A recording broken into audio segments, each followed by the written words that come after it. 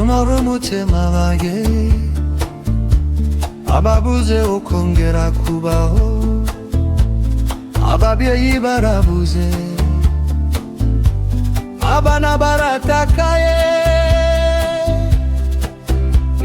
ibiryanduira isoma bira ashikomere cyabaye ungosi niwo kongera kubeho.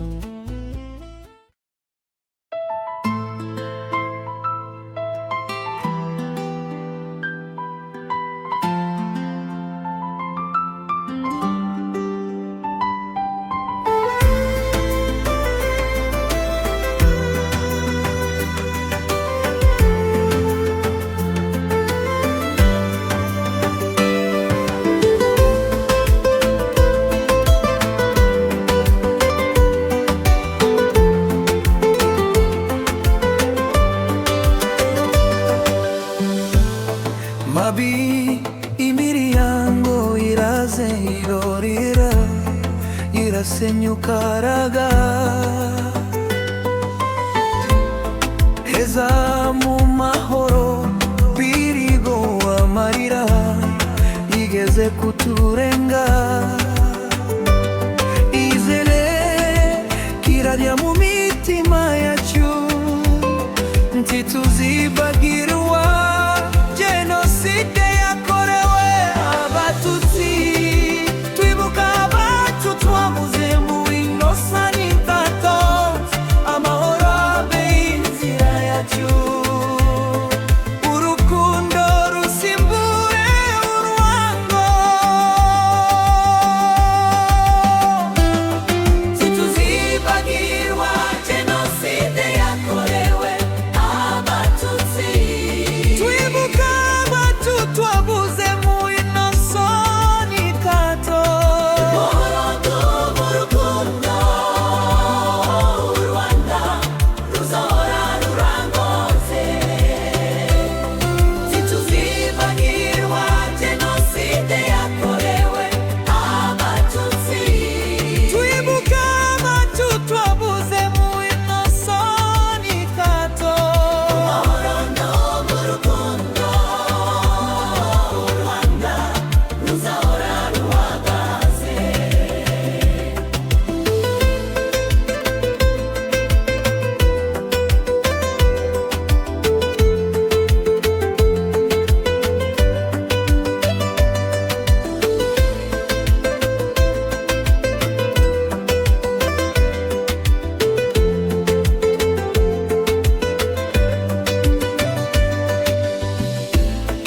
Abarokotse bafite inkovu ku mutima, ariko bagakomeza kubaho bafite imbaraga, ubumwe n'ubwiyunge bitubere urumuri, u Rwanda rwacu rukomeze rubakwe, dufatanye twese nk'abana b'u Rwanda, twanga amacakubiri n'urwango, ntibizongere ukundi tube tubivuga, kandi tuyishyire mu bikorwa. Jenoside yakorewe abatutsi, twibuka abacu twabuze mu innocent kwato, umuhorano mu rukundo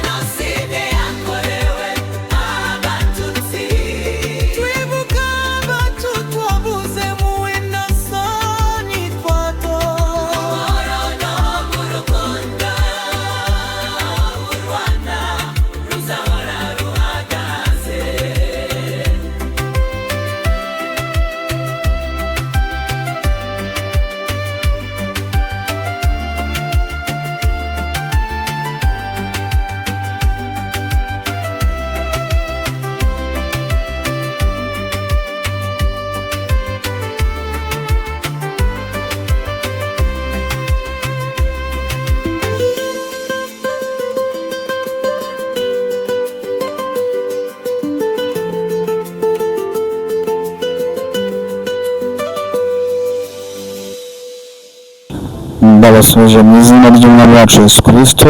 Nge muri kumva ni Imani Emmanuel wo muri kubana kuri kamera, abenshi muramuzi nka Solange TV. Duruka nk'abafite intumbero groupe, dufite igikorwa cyo kujya kwibuka. Twari uyu munsi ku wa mbere niho icyo gikorwa cyabaye, cyangwa se nibwo twari tugifite kigomba kuba. Rero nk'abakunzi bacu ba Solange TV, twongeye kubasuza kandi tubaha ikaze. Reka nk'uko mubizi, iyo dufite umubyeyi wacu kuri kamera, hari impamvu bari kuri kamera. Surabo ndavuga waramutse, ndavuga wiriwe, ndavuga saa sita, ni mwiriwe. Wiriwe neza Sola? Mwiriwe nawe. Amakuru? Ni neza. Umeze neza? Yego. Uri kwiyumva ute? Ntabwo byoroshye, ariko kubera imbaraga z'umwuka n'imbaraga z'Imana birakomeye.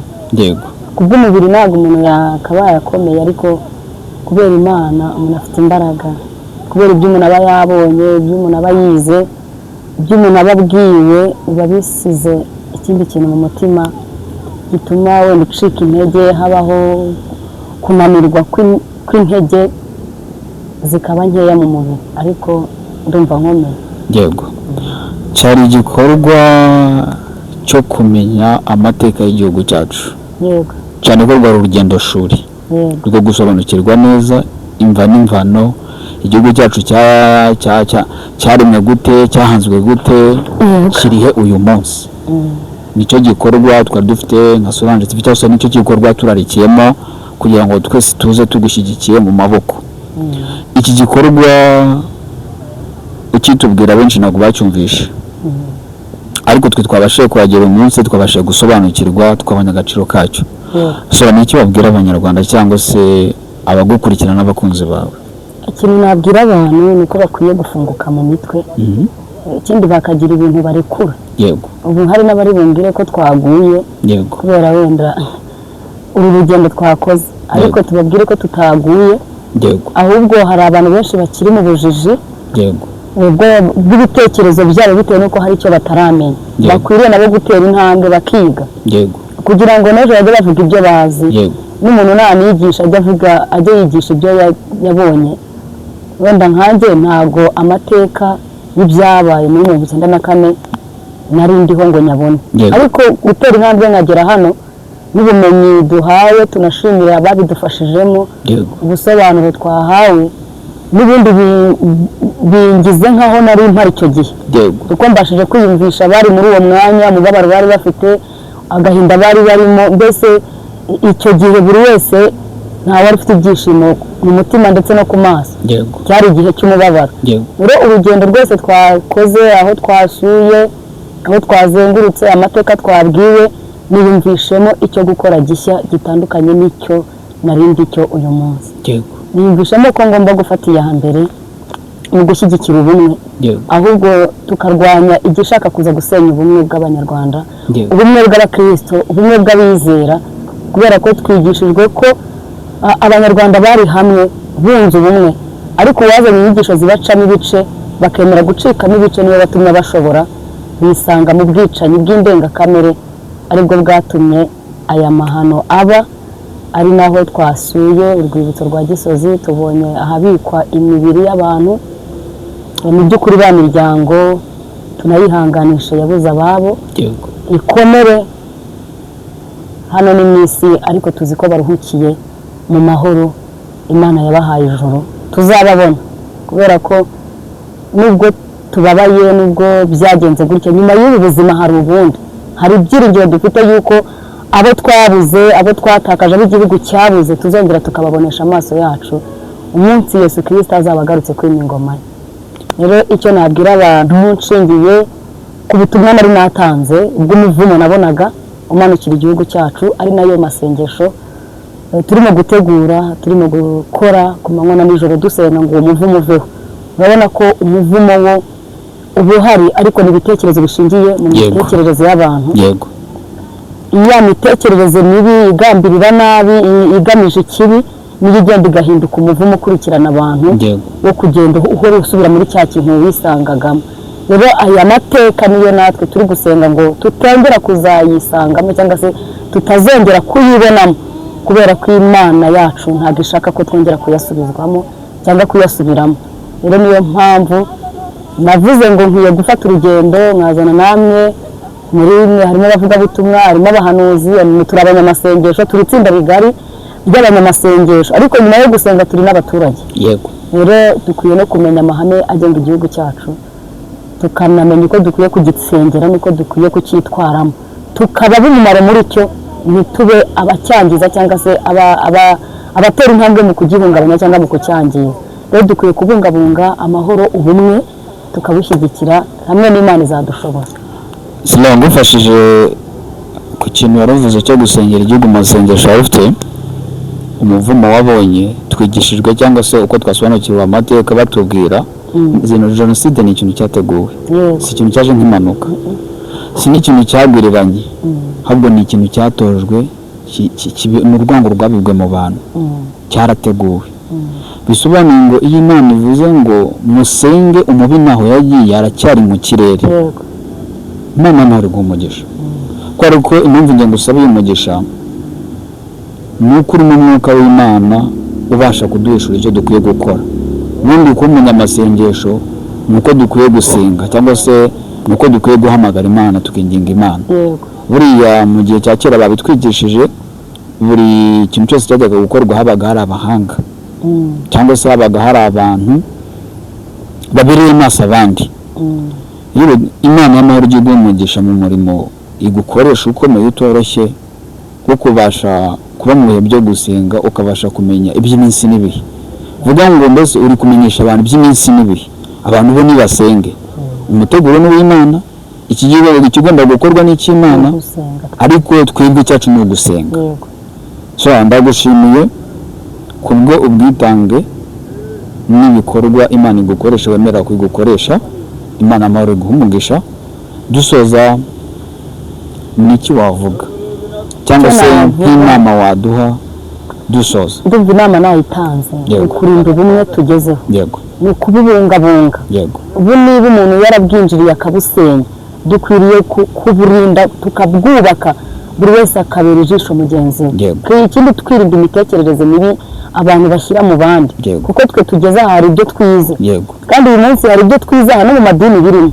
Usanga abantu babironda, aho uhunga isi wahungira mu rusengero ugasanga naho barakwirukanye, ugasanga naho hajemo amatiku. Ibi ngibi dukwiye gufata iya mbere mu kubirwanya. Turabirwanya gute rero? Ni ugusenga kugira ngo imitekerereze y'abantu ipfuye iveho, Imana itanga imitekerereze mizima ituma abantu bashyira hamwe, abantu bakumvanana, bakagirana urukundo. Rero nta kindi narenzaho, gusa ikindi narenzaho nuko nanjye mbashimiye itsinda twari kumwe, ndabashimiye. Imana ibantera umugisha kubwo kwitanga tukagendana muri uru rugendo rutatworoheye, ariko Imana rubanyemo natwe. Abadukurikiranye bari hirya no hino bazakurikirana iki kiganiro, nabo Imana izabaduhera umugisha. Imana ishimwe. Nta kindi usibye kuba nasenga, nkasengera imitima y'abantu kugira ngo Imana ikomeze kuyikomeza, kandi ubu bumwe twize bukomeze kugira imbaraga. Ubumwe twize bukomeze kwaguka, bugere kure, n'abatabwiyumvagamo bakabwumva kubera imbaraga z'Imana. Satani abiha imbuto mbi mu bantu, ariko n'Imana iyo yaje ibiha imbuto nziza mu mitima y'abantu. Tugiye gusenga rero kugira ngo abari bafite imbuto mbi mu mitima yabo zisenye ubumwe, zangiza ubumwe, Imana izisenye, yubakemo imbuto y'ubumwe yongera gutuma buri muntu wese ataba icyuho cyo kugarura aya mateka. Soma utarasenga ikintu ushaka gusobanuraho gitoya. Iyi ni Solange TVT. Ku bakunzi bacu n'abadukurikiranye, dufite amasengesho, ni amasengesho y'iminsi 2 Imana yaduhaye. Ni amasengesho azatangira ku wa gatanu, tugasengera mu rugo tukiriza. Ikigenderewe nta kurya nta kunywa, ni ugusenga. Abantu bakunda ka cyayi, nta kurya nta kunywa, nta mazi, nta kintu na kimwe cyemewe muri amasengesho. Vanga amasengesho agomba gutangira ku wa gatanu, tugasengera mu rugo tukiriza mu rugo, tugasengera mu rugo.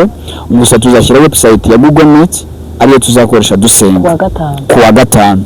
None ku wa gatandatu saa 3 kugera saa 11 ni iteraniro ryera, guhurira hamwe nk'iteraniro ryera. Ubwo duhaye kaze abakunzi bacu n'abadukurikirana, kandi n'abandi bose batabimenye, murarike mutumire, ubwo bamenye ko kuwa gatandatu ari iteraniro rigera. Location y'ababibaza location yariho mu rusengero ni Siloam, ruherereye hano Igikondo. Ruvuga ngo waba uri mu mujyi, waba uri Kimironko, aho waba uri hose, ubwira motari ko ndashaka kujya Igikondo, ageze Mireze ya kabiri ku mashuri ya UCC, ukasi inyuma gatoya hari aganda k'igitaka kajya ahantu hitwa ku kagari ka Kigarama cyangwa se ku munara w'umukindo.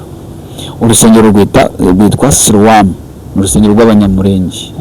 Abenshi bahazwe ku izina rya mbere kwa Judith.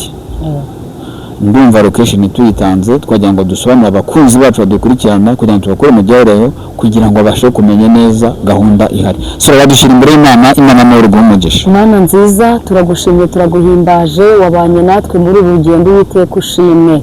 Turagushimiye rero ko imitima yacu bayifunguriye kwakira ibyo twabashije kwigishwa aha ngaha, kandi turagushimiye ko inyigisho tuhahereye Mwami zitugiriye umumaro Uwiteka mu mitima yacu. Hari icyo tuhungukiye, hari ubwenge, hari ubumenyi tubashije kuhakura, kuko ibyo byose ntabwo twari tubizi, ntabwo twari twarabimenye, ariko kubwo gutera intambwe tukagera hano hari amateka tumenyeshejwe, hari icyo twigishijwe. Niyo mpamvu dusengeye imitima y'Abanyarwanda muri rusange kugira ngo aka kanya ubumwe twigishijwe aha ngaha bw'abana b'Imana, bw'abenegihugu, kugira ngo Uwiteka ukomeze kubushyigikira mu mitima ya buri umwe wese.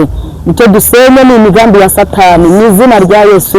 Imbuto mbi Satani agenda biba mu mitima y'abantu, turinginze kugira ngo Uwiteka nyir'ingabo Imana uyisenye, ahubwo bibe ukuri kwitwa ijambo ryawe, kugira ngo abantu barusheho kugirana urukundo, abantu bagirane ubumwe, kandi turinde icyaza kubusenya. Duhagaritse umuvumo wakurura aya mateka nk'aya ngaya tumaze kwiga mu izina rya Yesu. Umuvumo wayagarura tukongera tukayisubiramo.